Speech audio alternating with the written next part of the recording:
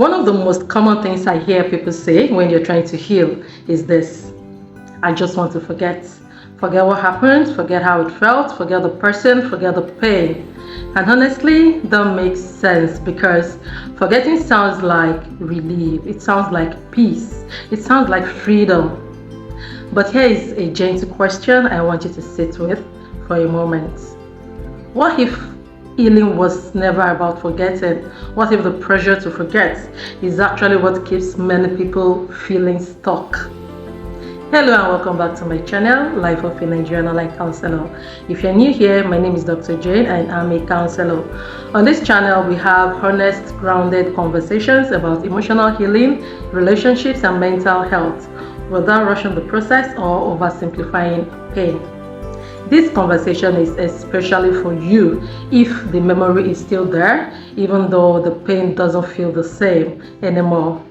Many people believe that if they've truly healed, they should no longer remember, they should no longer feel anything, the experience shouldn't cross their mind at all. So when the memory shows up again, they start to wonder, maybe I'm not healed, maybe therapy didn't work, maybe something is still wrong with me. But psychologically, that's not how healing works. The human brain does not erase emotionally significant experiences. It does not work like a delete button. Emotional memories are stored as part of our learning and survival system. They help us make meaning, they help us recognize patterns, and they help us protect ourselves going forward. So healing does not delete memory. Healing changes how the memory is held inside the body and mind. And this is where an important distinction needs to be made. There's a difference between remembering something and re-experiencing it. Okay, so when someone feels unhealed or is unhealed, remembering feels like reliving the experience. The body reacts as if it's happening all over again. The emotions flooding, the nervous system goes into survival mode. But healing happens when the memory is still there and yet the body is no longer overwhelmed by it. You can remember and still stay present. You can think about it without losing yourself. The memory loses its power, not its existence. We often tell people to just let it go, but that language is quite misleading. You don't let go of experiences that shape you, you integrate them. Integration here means the experience becomes a part of your story, but not the center of your identity, not the lens through which you see yourself, not even the driver of your emotional reactions.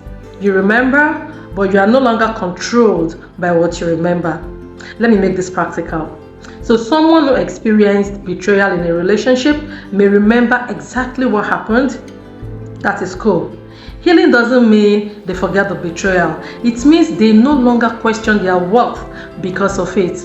Someone who grew up emotionally unseen may remember that loneliness was really great at that time. It's always clear in their mind.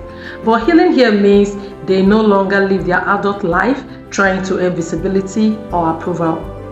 And when it comes to loss or grief, we don't ever forget the people we loved. Healing means you remember them without being overwhelmed by the pain of losing them. And this is why the pressure to forget can actually be harmful. It often leads to suppression, emotional numbing, avoidance, or self-blame. People try to push memories away instead of processing them. But unprocessed memories don't just go away. They show up as anxiety, as triggers, as emotional reactivity that feels confusing and overwhelming.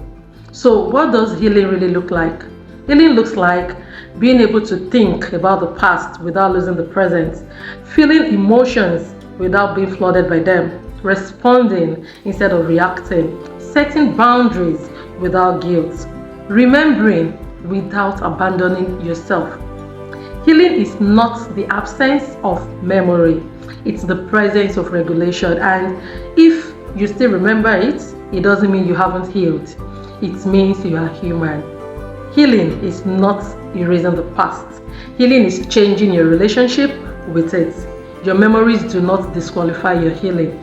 They are evidence of survival, learning, and growth. And over time, with the right support, the past can exist without controlling the present.